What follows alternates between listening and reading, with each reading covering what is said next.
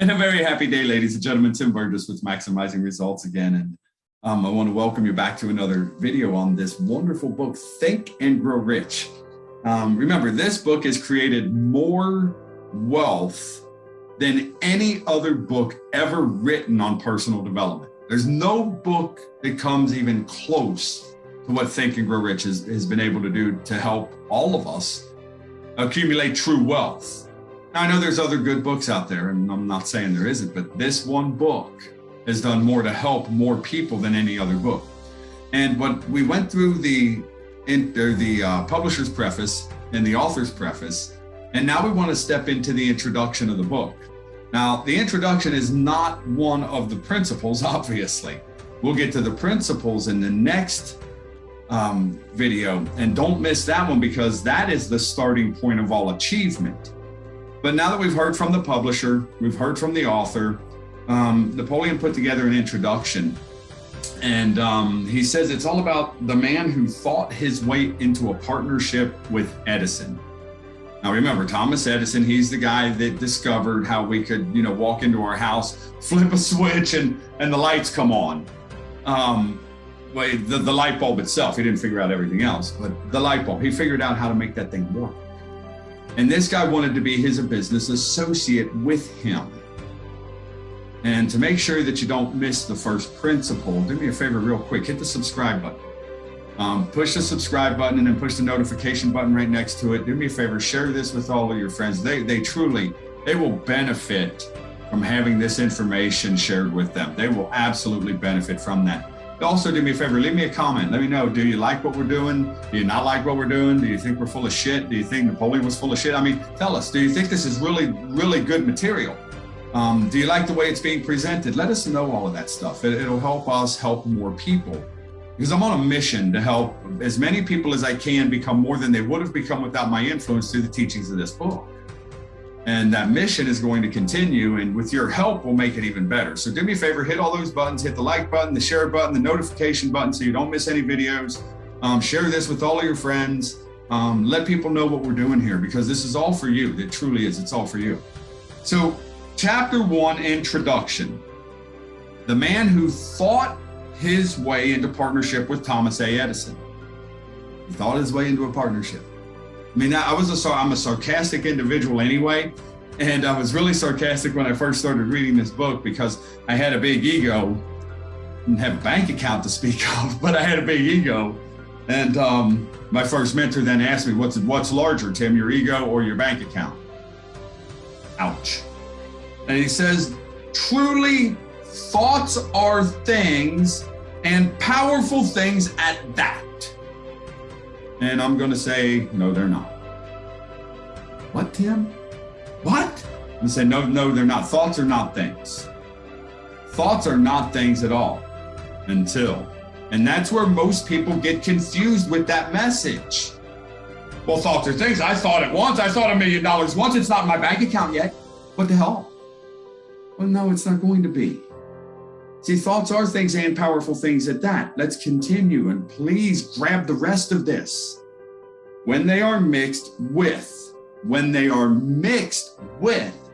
definiteness of purpose, persistence, and a burning desire for their translation into riches or other material objects. Notice he said riches, that's the money part, or other material objects. This can be used for anything. So the whole thing of thoughts are things all by themselves in and of itself, that's absolutely false. Because most people think it once. They really don't put any good positive energy behind the thought. It never comes to fruition. And then they doubt whether or not this philosophy works. So thoughts in and of themselves, once again, they're not things. When they are mixed with definiteness of purpose, persistence, and a burning desire for their translation into riches, those thoughts become very powerful things. Very powerful things.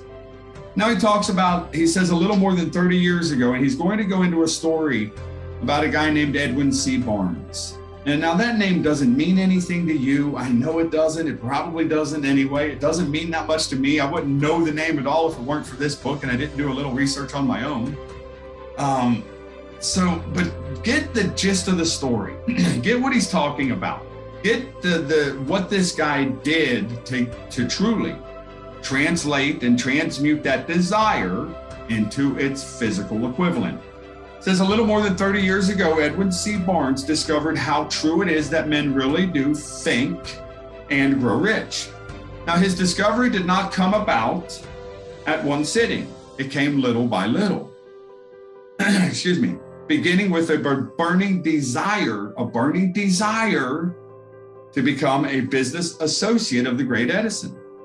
See, he didn't just want to be an employee with Edison. Notice it says the business associate of the great Edison. One of the chief characteristics of Barnes' desire was that it was definite. He wanted to work with Edison, not for him. Observe carefully the description of how he went about translating his desire into reality, and you will have a better understanding of the 13 principles which lead to riches. When this desire or impulse of thought first flashed into his mind, he was in no position to act upon it. Two difficulties stood in his way. First of all, he didn't know Edison. And second of all, he didn't have enough money to pay the railroad fare to Orange, New Jersey, where the Edison labs were. So he didn't know the guy, and he didn't have any money to get to where the guy was. Napoleon says these difficulties were sufficient to have discouraged the majority of men from making any attempt to carry out the desire. But this was no ordinary desire. This was no ordinary desire. Do you have an ordinary desire, or do you have an extraordinary desire? He was so determined to find a way to carry out this desire that he finally decided to travel by blind baggage rather than be defeated. Now, I didn't know what blind baggage was. What the hell does that mean? That means he went to East Orange, New Jersey on a freight train. He jumped a train. Didn't have the money, so he just jumped on one. And that's how he got there. Now, I'm not saying that you should do that, but I would pose this question. Is your desire that strong? Is it that strong? So he goes to Edison's laboratory and announced that he had come to go into business with the inventor. He didn't ask for a job. He announced he came to go into business with him. And speaking of this first meeting between Barnes and Edison years later, Mr. Edison said, "He stood there before me looking like an ordinary tramp, but there was something in the expression of his face which conveyed to me the impression that he was determined to get what he had come after." Edison says, "I had learned from years of experience with men that when a man really desires a thing so deeply that he is willing to stake his entire future on a single turn of the wheel in order to get it, he is sure to win." I gave him the opportunity he asked for because I saw he had made up his mind to stand by until he succeeded. Subsequent events proved that no mistake was made. Now, did he get that business associate, the day he went there? No, he got a job.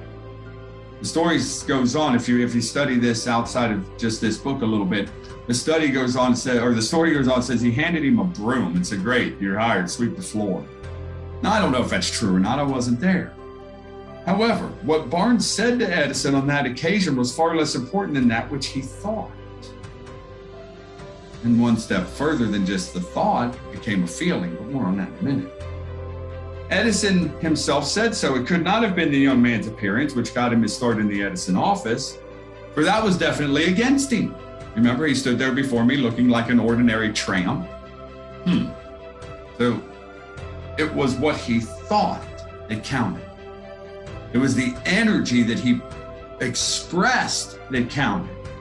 We've all heard this expression, "Honey, it's not what you said, it's how you said it." We've all heard that, right?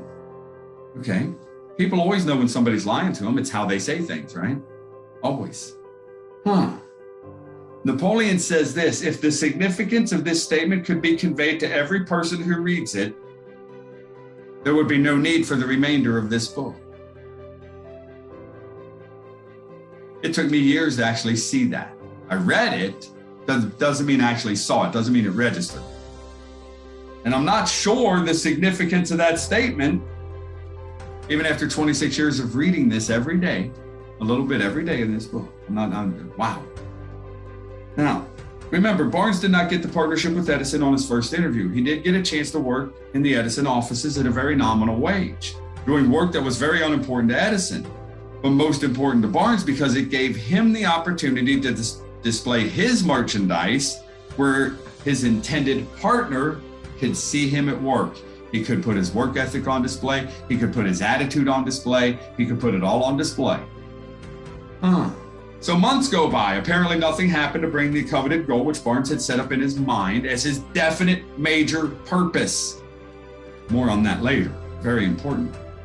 But something important was happening in Barnes' mind. See, every day he was constantly intensifying that desire to become the business associate of Edison. Every day he went to work there, he didn't have a bad attitude. Excuse me, his attitude wasn't in the shitter over here. He had a great attitude every day, even though he was doing work that was unimportant to everybody. Sweeping floors, taking out the garbage. I mean, it all has to be done, but it's not very glamorous either. Months went by, nothing happened, but something inside of Barnes was going on. Now, psychologists, remember, he wrote this in 1937, right? Psychologists have correctly said that when one is truly ready for a thing, it puts in its appearance. Have you ever heard when the student's ready, the teacher will appear? When we're really ready for it, we actually see it. Barnes was ready for a business associate with Edison. Moreover, he was determined to remain ready until he got that which he was seeking. He didn't say to himself, what's the use? I'll try to, I just changed my mind. We'll get a salesman's job. No. He said, I came here to go into business with Edison and I'll accomplish this end if it takes the remainder of my life. And he meant it. What a different story. Napoleon says this, what a different story men would have to tell if only they would adopt a definite purpose and stand by that purpose until it had time to become an all-consuming obsession. Now, unfortunately, when I was growing up, if I was obsessed with something, I was bad. That was a bad thing. Dude, you're obsessed. How many times have we heard that's such a bad thing? Napoleon's using it right here that we need to, for this definite purpose to become an all-consuming obsession. So obsession really can be a very, very good thing. More on that as we go through the book.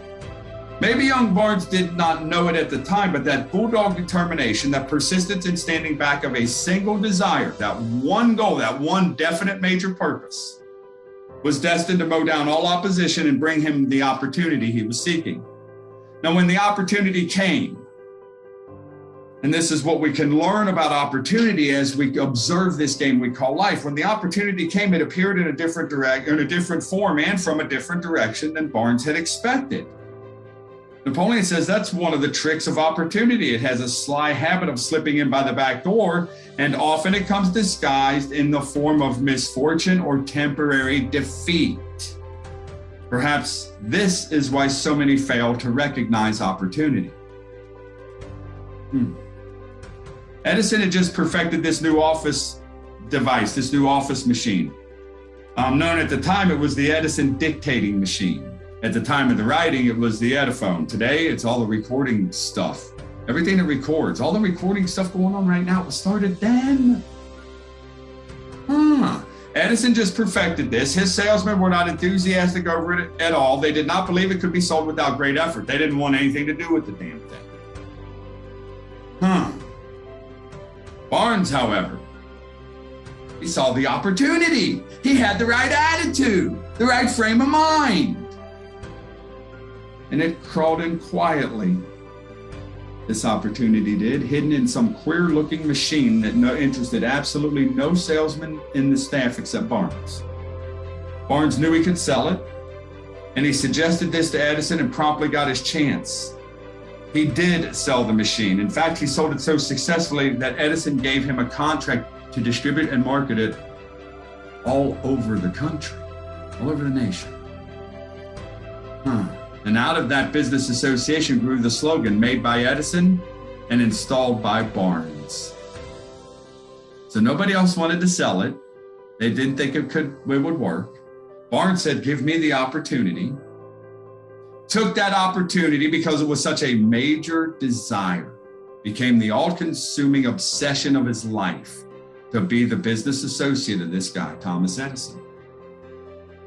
Now, at the time of the writing, the business alliance has been in operation for more than 30 years. Out of it, Barnes has made himself rich in money, but he has done something infinitely greater. He has proved that one really may think and grow rich. How much actual cash that original desire of Barnes was worth to him? Napoleon says, I have no way of knowing. Perhaps it brought him $2 or $3 million, but the amount, whatever it is, becomes insignificant. The amount, whatever it is, becomes insignificant. Please catch this. Insignificant with the greater asset he acquired in the form of definite knowledge that an intangible impulse of thought, the intangible impulse of thought can be transmuted into its physical counterpart by the application of known principles. Barnes literally thought himself into a partnership with the great Edison. He thought himself into a fortune. He had nothing to start with except the capacity to know what he wanted and the determination to stand by that desire until he realized it. To know what he wanted. Do you know what you want? Do you know what you want? If you don't know what you want, how in the hell can you ask for it? Can't. He had no money to begin with. He had but little education. That gave me hope. He had no influence, but he did have initiative, faith, and the will to win. My bet is you have all of those things. This guy's no different than you. He's no better than you. With these intangible forces, he made himself #1 man with the greatest inventor who ever lived. To this day, he could still be called the greatest inventor that ever lived. That's up for argument. I'm not here to argue with anybody, but could be called that. Napoleon says, now let us look at a different situation and study a man who had plenty of tangible evidence of riches. Tangible is what we can hold on to. It took me, I had to look this stuff up as I'm reading this book, 26 years ago. I didn't know what any of this stuff meant. Tangible, I can hold it. Intangible, I can't even hold it. This guy had plenty of tangible evidence of riches, but he lost it because he stopped 3 feet short of the goal he was seeking. 3 feet short. In our next video, I'll go into that and why it's important for us to really study that so we can learn and we can recognize the signs when it's getting ready to happen to us. So do me a favor right now, once again, hit that like button, hit the subscribe button, hit the notification button. Do me a favor, take this video and share it with everyone. That one little story about Edwin Barnes. You probably know somebody in your life that's like that. You have Edwin Barnes and those qualities inside of you. But what do you really want? See, Edwin Barnes knew what he really wanted. And until we meet again, the first thing I'd like to do is thank Joe. Joe, thank you, sir. And next, as we always desire, our desire is for this day to be the best day you've ever experienced in this game we call life. Yesterday doesn't matter, tomorrow isn't here, but we can allow this day to be the best day. So please do that. Allow this day to be the best day you've ever experienced in this game we call life. Tonight, when you put your head on the pillow, please do so with a mind full of peace. And may God bless each and every one of you. Have a fabulous day.